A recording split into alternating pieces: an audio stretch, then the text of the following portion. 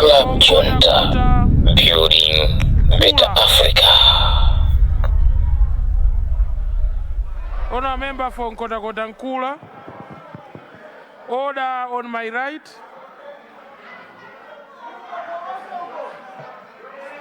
Order on my right.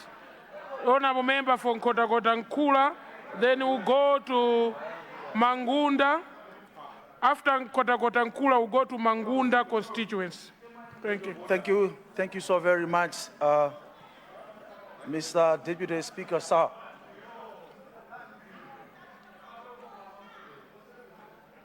I stand here before Honourable member for Nkhala, I have an observation to make, honourable members. I did rule on some words that were used in the presentation. Let's desist from the word lying, both sides of the aisle. As honourable members, we don't lie.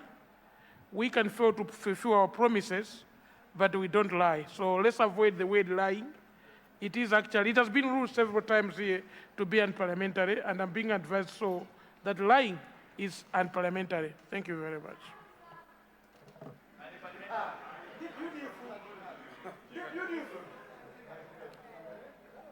Nkhala, please. Thank you so very much. First of all, allow me to say congratulations to Professor Arthur Peter Mutharika for making it once again from the opposition to government. That alone tells us that in Malawi, everything is possible. Secondly, allow me to say congrats to you, Mr. Deputy Speaker, sir. I can't say much about you, but for the little time that I've stayed with you in here before you ascended to that, you seem to be a good man. And we expect good from you.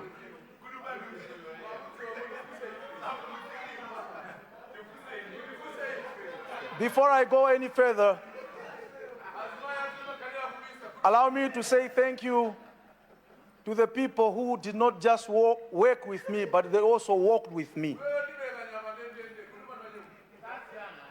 During the campaign period, I had my shortcomings, but there are people who did not dwell much on my shortcomings, but they looked at the positive side of me and they trusted me. Here I am today.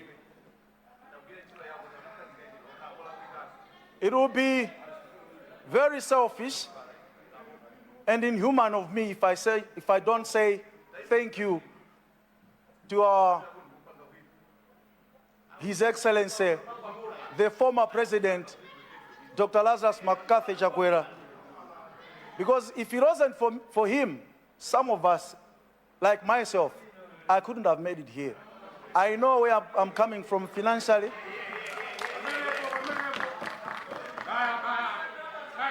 It took him and his boys, the ministers, and my fellow MPs that I'm sitting with here, that helped me to make it here.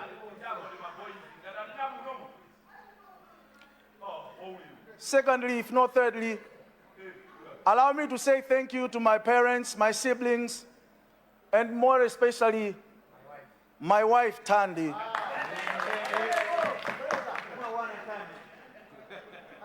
Let me stress the point.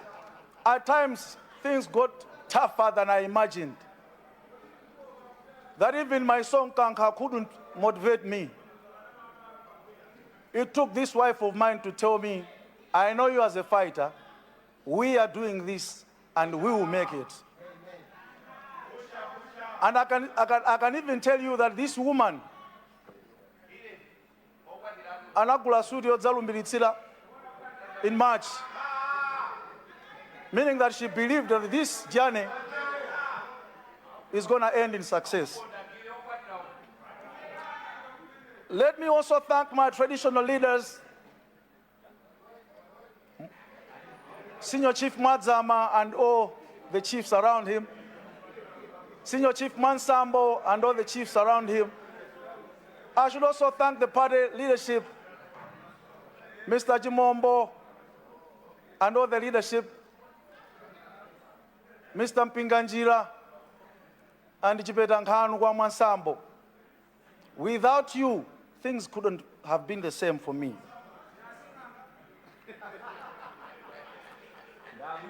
Mr. Speaker, sir, I took an official oath here on 27th of October, but let me tell you, that was not my first oath.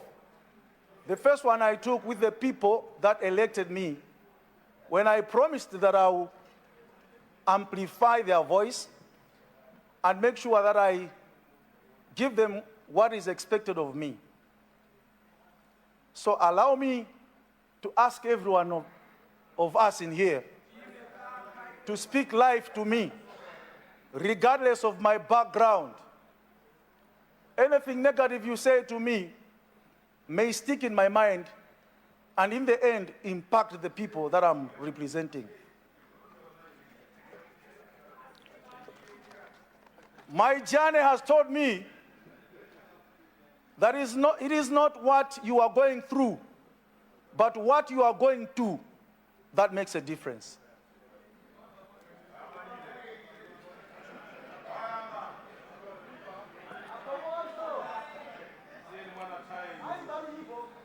I prepared a longer speech, but it has been cut short by the presentation that was made yesterday by the Minister of Local Government. Because now, the ball is in my hands and the people in our constituency, the VDC. So, I will not say much about things that are very obvious, because that is my duty to speak with them, the people that I'm going to work with. However, there are some other things that cannot be addressed within the 5 billion that has been allocated. By saying that, I'm not trying to be someone who doesn't appreciate. We are really excited and happy that this has been promised. But before I continue, Malawians have shown us that they listen much to action than words. So whatever we tell them we are going to do for them, we have to do it. Let me start with education. Education in our constituency, the free education is an exciting news. But at the same time, there are some areas that need to be looked into properly for the free education to be more effective. For example, we have 5 secondary schools in our constituency, but out of 5, only 1 has boarding facilities. So, for example, for someone from Kumbaleza to go to Nkhala Secondary School, it's a distance of about 15 kilometers. So it means if they have to go and come back, they have to cover 30 kilometers a day. Now we are looking at a girl child. For them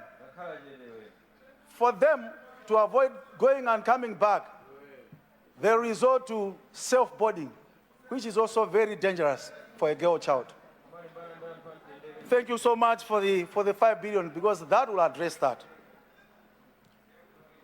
But at the same time, in the healthy sector, at 9 a.m. on Wednesday, 7th of October 1981, this man you are seeing here was born.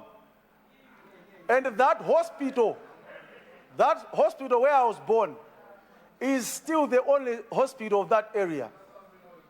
For the 4 years down the line,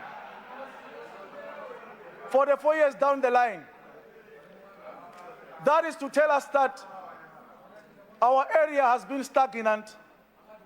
We haven't moved forward for 44 years, because population by then has been tripled now, or maybe more than 5 times now. So as we are appreciating the 5 billion, But I'm also of the view that we need to have a new hospital around the same area. And in the same sector,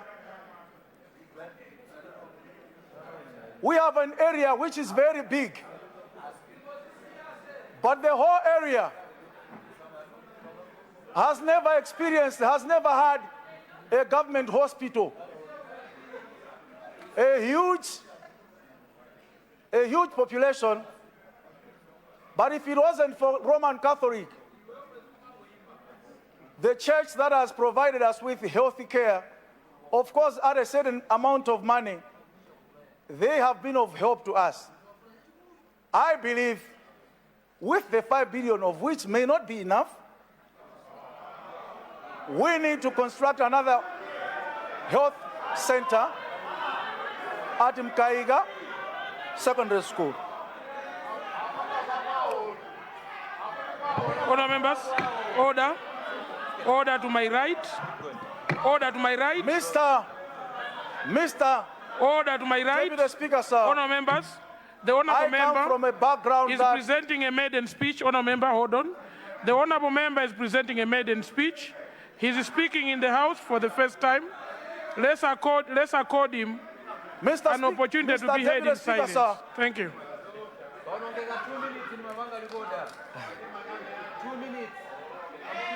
I come from a background that the booing is the order of the day, so don't have to worry. I'm enjoying it.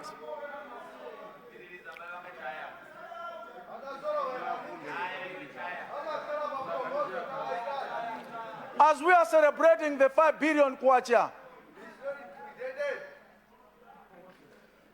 there is an outcry in our constituency for the road that the song has been sung for many years that needs to be tarmacked from Nkhala all the way to Mwansambo.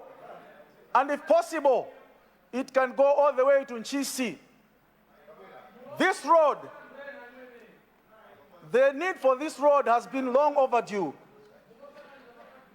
Someday I'll take some of you to my constituency when you shall see that Mwansambo Training Center is a very big training center. But if there is a thing that has been hindering the development, is lack of the road. So I beg of you, lucky enough, I know the Minister of Local Government. Of course, I don't know if it is parliamentary to say he is my friend. It is parliamentary. It is parliamentary. Thank you so much. To call someone a so friend. I've already told the people there that my friend now is the one on the seat. So this road will be tarmacked.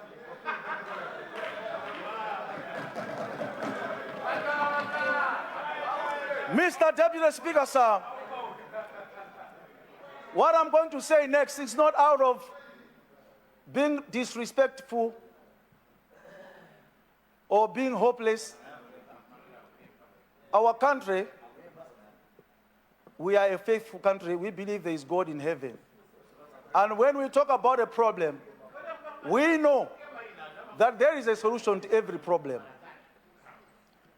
In the energy sector, this morning, the Kabaza guys from the Byobyo Training Center, Benga Training Center, Mwansambo Training Center, were calling me to say, for the very first time, fuel price has hit 15,000 per liter.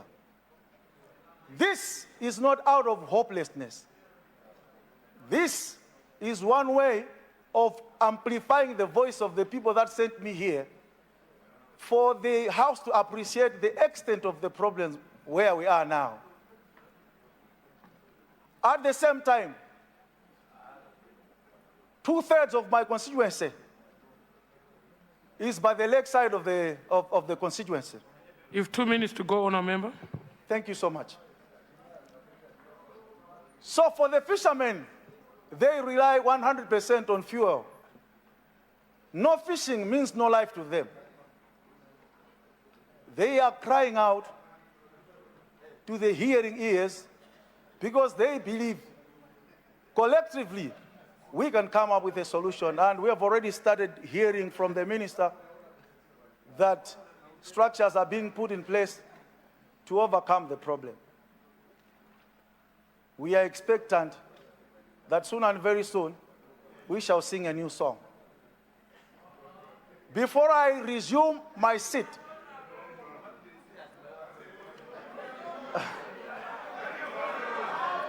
so you want me to sing?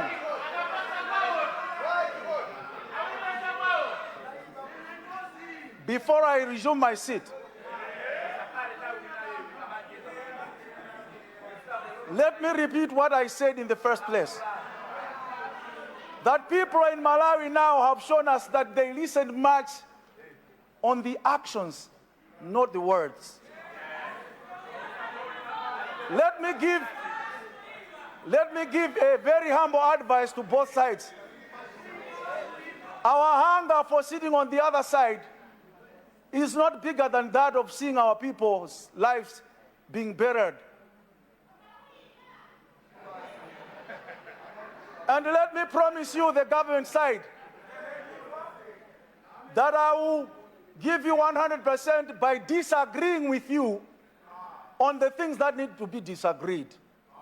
And let me also pledge my support that I will agree with you on the things that will make my people, the people that I represent, better.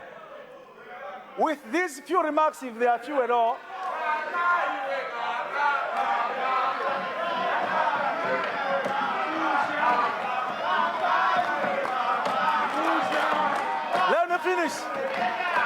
let me finish. This is a very humble request, very humble warning to everyone in this house, that if we don't give people what is expected of us, come 2030, these people will judge us. I submit. Thank you.